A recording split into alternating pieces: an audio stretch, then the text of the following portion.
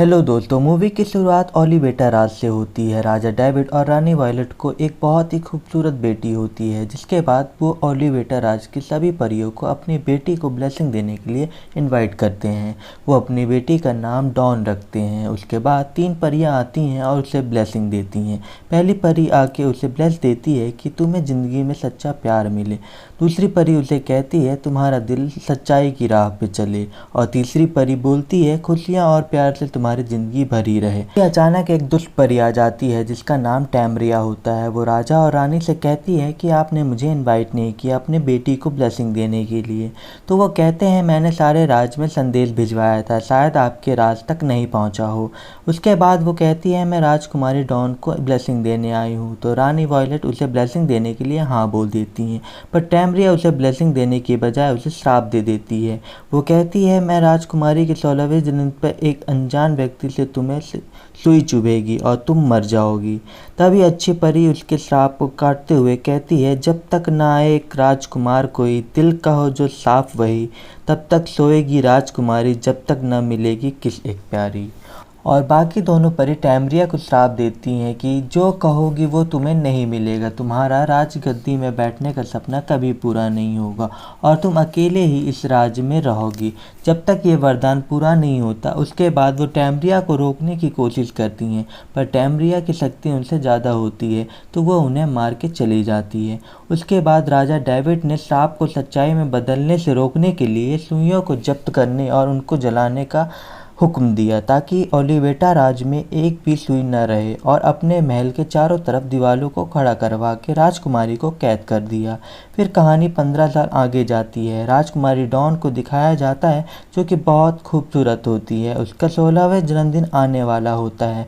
ये बात जानकर वो बहुत खुश होती है क्योंकि वो 15 साल तक उस महल में कैद थी। वो अपने माँ से कहती है क्या मेरे जन्मदिन के दिन पार्टी होगी और मैं लोगों से मिल सकूंगी। तो उसकी माँ बोलती है हाँ मिल सकोगी। इस बात से वो बहुत एक्साइटेड हो जाती है। उसके बाद वो कहती है मैं इस लड़के से भी मिल पाऊंगी जो रोज़ ब्रेड लेके किचन में जाता है। मैं उसे रोज़ देखती हूँ, वो बहुत अच्छा दिखता है। उसकी माँ कहती है अच्छा ये बात है तो शायद तुम उसे मिल सको, पर तुम्हें पढ़ाई करनी चाहिए क्योंकि किसी को कम अक्ल वाली राजकुमारी पसंद नहीं। उसके बाद वो खिड़की से उसी ब्रेड वाले लड़कों को देखती है, वो भी उसे देखकर स्माइल करता है। फिर वही दिन आ जाता है जिसका सबको इंतजार था। राजकुमारी का 16वें जन्मदिन की रात पूरा राज्य बहुत धूमधाम से जश्न मना रहा होता है। तभी वहीं ब्रेड वाला लड़का राजकुमारी को डांस करने के लिए बुलाता है। वो दोनों डांस करने लगते हैं। वो राजकुमारी से कहता है आपके लिए एक तोहफा है, पर यहाँ नहीं कहीं और। वो उसे एक जगह ले जाता है और उसे एक बॉक्स देते हुए कहता है ये मैंने खुद अपने हाथ से बनाया है आपको देने के लिए। राजकुमारी बॉक्स खोलती हैं तो एक खूबसूरत कपड़ा होता है। वो उसे देख के बहुत खुश होती है और पूछती है ये तुमने कैसे बनाया। तो वो उसे एक सुई दे के बोलता है मैंने इससे इसको बनाया है। राजकुमारी थोड़ी घबरा जाती है। इधर रानी वायलट घबरा रही होती है कि डॉन कहाँ चली गई। तो राजा बोलता है घबराओ मत, चांद पूरा निकल चुका है, अब श्राप खत्म हुआ। इधर वो लड़का बोलता है तुम्हें इसे छूना नहीं चाहिए। तो डॉन कहती है क्यों नहीं, अब श्राप खत्म हो चुका है, और वो उस सुई को छू लेती है। इसके बाद वो बेहोश हो जाती है और वो लड़का और कोई नहीं बल्कि वही दुष्ट परी टैमरिया होती है। वो डॉन को घसीटते हुए राजा और रानी के पास लाती है और बताती है ये गहरी नींद में सो गई है, अब तुम लोग भी सो जाओ। वो उन्हें जान से मार के पूरे राज्य में हुकूमत करना चाहती थी, पर वैसा कुछ नहीं होता क्योंकि अच्छी परियों ने ब्लेसिंग दी थी और पूरा राज गहरी नींद में सो जाता है। और इस तरह टैमरिया अकेले ही रह जाती है और पूरे राज्य में हुकूमत करने के लिए। और इसी के साथ श्राप और वरदान दोनों पूरे हो जाते हैं। अब कहानी 100 साल आगे चली जाती है और राजकुमार जैसन को दिखाया जाता है। वो अपने साथियों को बता रहा होता है कि उसके डैड उसे तब तक राज्य नहीं देंगे जब तक वो उन्हें बहू और पोता लाकर नहीं देगा। फिर बैरो को दिखाया जाता है जैसन अपनी सजा बैरो को दिलवाता है, उसे कोड़े मरवा के। वहीं एक बूढ़ा आदमी होता है, उसे उस पर दया आती है तो वो उसे वहाँ से लेकर चला जाता है। फिर अगली सुबह बैरो पेड़ में चढ़कर चिड़िया के घोंसले से अंडे निकाल रहा होता है। तभी उसे कुछ चिप्स मिलते हैं। बैरो उन्हें एक साथ करता है तो उसे एक राज का नक्शा मिलता है।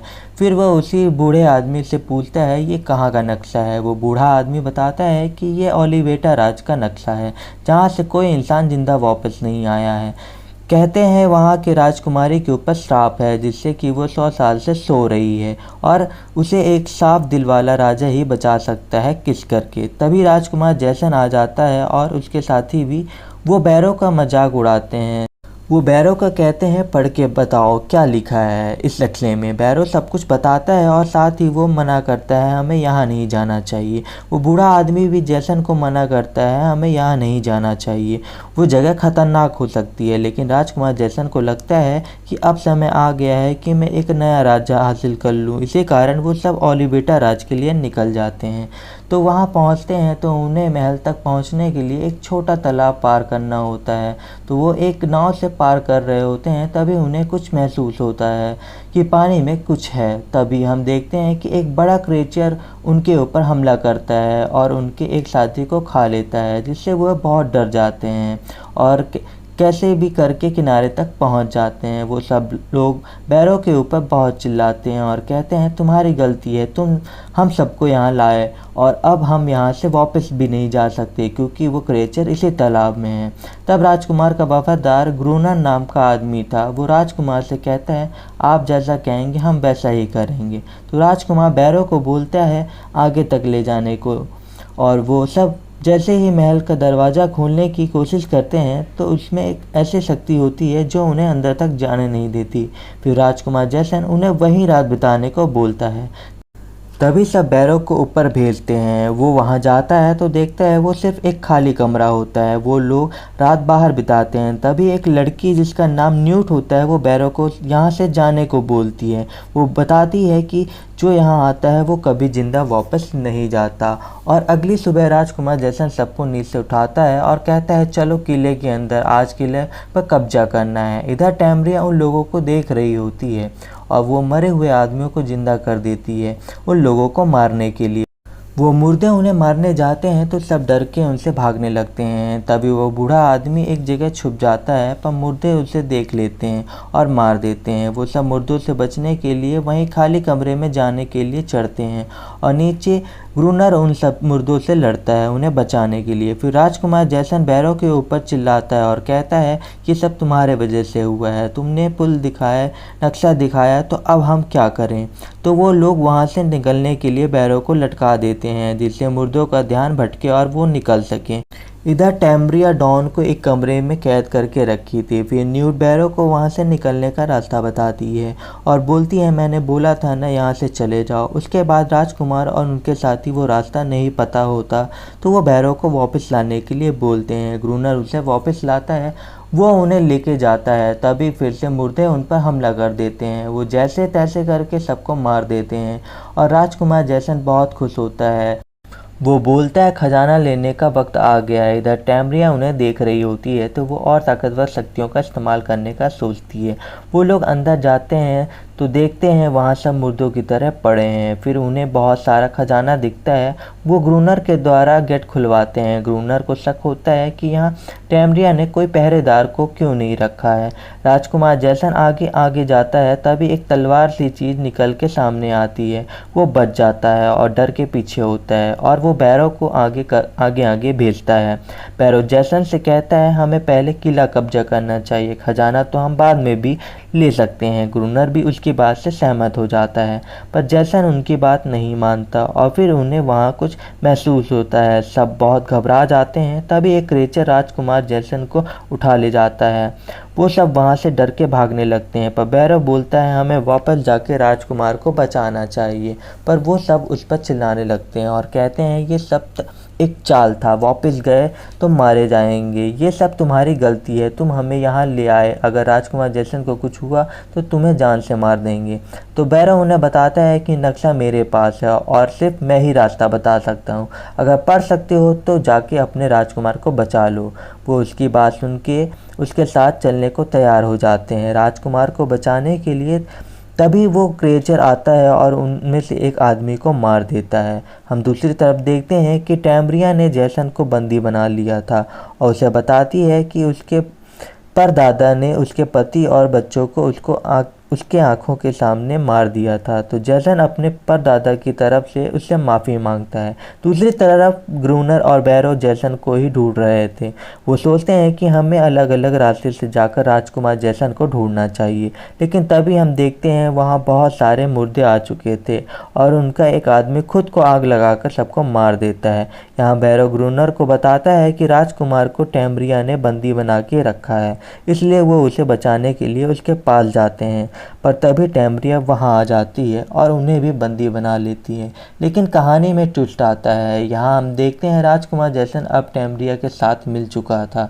टैम्ब्रिया ने उसे कहा था, मैं तुम्हें राजा बनाऊंगी, इसी कारण तुम्हें डॉन को मारना है क्योंकि मैं उसे नहीं मार सकती। जैसन और टैम्ब्रिया वहाँ से चले जाते हैं। पैरो जोर जोर से चिल्लाता है कि जैसन तुम डॉन को नहीं मार सकते, वो राजकुमारी है। उनके जाने के बाद न्यूट पहुँचती है जो कि ग्रूनर और बैरो दोनों को आज़ाद कर देती है। जैसन यहाँ बैरो को मारने पहुंचा था, लेकिन वो बैरो को देख के बोलता है, मेरी मजबूरी थी इसलिए मैं टैम्ब्रिया से मिला, नहीं तो मैं डॉन को कभी भी नहीं मारना चाहता था, लेकिन मैं ऐसा नहीं करता तो वो मुझे मार डालती। बैरो उसे बोलता है, तुम बहुत झूठे आदमी हो, तुम्हें ऐसा नहीं करना चाहिए था। अब इन दोनों के सामने वही क्रिएचर आ जाता है, लेकिन ये दोनों मिलकर उसको मार देते हैं। जैसन यहाँ बैरो से कहता है, असली राजा मैं नहीं बल्कि तुम थे। आज से कई साल पहले मेरे पिता ने तुम्हारे पिताजी से धोखे से राज हड़प लिया था और इसीलिए वो निशानी मेरे पास में है, जबकि ये निशानी तुम्हारे पास होनी चाहिए। तुम बस जाओ, डॉन को बचा लो। यहाँ जैसन पहुँचता है टैम्ब्रिया के पास में। वो कहती है, तुम टैम्ब्रिया को जान से मार दो ताकि मैं इस राज की महारानी बन सकूं। जैसन उसे मारने के लिए जाता है, पर वह उसे मारने के बजाय उसे किस करके उठाने की कोशिश करता है, लेकिन वो एक साफ दिल का राजा नहीं था, इसी कारण डॉन का श्राप नहीं टूटता है। ये चीज़ टैम्ब्रिया को बहुत गुस्सा दिला देती है और वो जैसन को मार देती है। अब डॉन को बचाने के लिए ग्रूनर पहुंचता है। वो टैम्ब्रिया ग्रूनर को भी यही कहती है कि डॉन को मार दो। ग्रूनर अंदर जाता है और डॉन को उठाकर चेयर पर बैठाता है। वो तलवार हवा में उठाता है, पर वो डॉन को नहीं मारता बल्कि टैम्ब्रिया पर हमला करता है, लेकिन टैम्ब्रिया उल्टा उसका सर धड़ से अलग कर देती है। अब बैरो पहुंचता है डॉन को बचाने के लिए। टैम्ब्रिया ने सारे मुर्दों को जिंदा कर दिया था बैरो को मारने के लिए, और वो मुर्दे जैसन और उसके साथी ही होते हैं। इतनी देर में न्यूटन डॉन को बाहर ले जाती है। टैम्ब्रिया और बैरो देखते हैं डॉन तो है ही नहीं। जब वो बाहर जाते हैं तो टैम्ब्रिया ने न्यूट को पकड़ लिया था। वो बैरो से कहती है, तुम डॉन को मार दो, नहीं तो मैं इस बच्ची को जान से मार दूंगी, लेकिन बैरो डॉन को नहीं मारता है। टैम्ब्रिया यहाँ एक चाल चलती है। वो कहती है, मुझे 100 साल हो चुके हैं, अब मैं इस राज में राज नहीं कर सकती हूँ, तो तुम डॉन को जाकर किस कर लो और उसे उठा दो। बैरो जैसे बढ़ता है डॉन को किस करने के लिए, तो टैम्ब्रिया उस पर जादू कर देती है और इसी कारण वह वहाँ पर काफ़ी तड़पता हुआ नीचे गिर जाता है। और इधर टैम्ब्रिया बाकी मुर्दों को जिंदा कर देती है। उसे लगता है बैरो मर चुका है, लेकिन बैरो असलियत में नहीं मरा था। वो डॉन की तरफ आगे बढ़ता है और उसे किस कर देता है, और उसको किस करते ही उसका श्राप टूट चुका था। इसी कारण ओलिवेटा राज के सभी लोग जो 100 साल से सो रहे थे वो सब जग जाते हैं। टैम्ब्रिया को बैरो मार देता है। ओलिवेटा राज के अब नए राजा रानी बैरो और डॉन थे। कहानी अब 1 साल आगे बढ़ती है जहां हमें डॉन दिखाई जाती है और अब इस राज में फिर से सेलिब्रेशन हो रहा था। बैरो और डॉन को एक लड़की हुई थी और उसी तरह परियां उसे ब्लेसिंग देने आती हैं और फिर से दुष्ट परी आती है और कहती है, मैं बच्ची को ब्लेसिंग देना चाहती हूँ। और इसी के साथ मूवी का द एंड हो जाता है।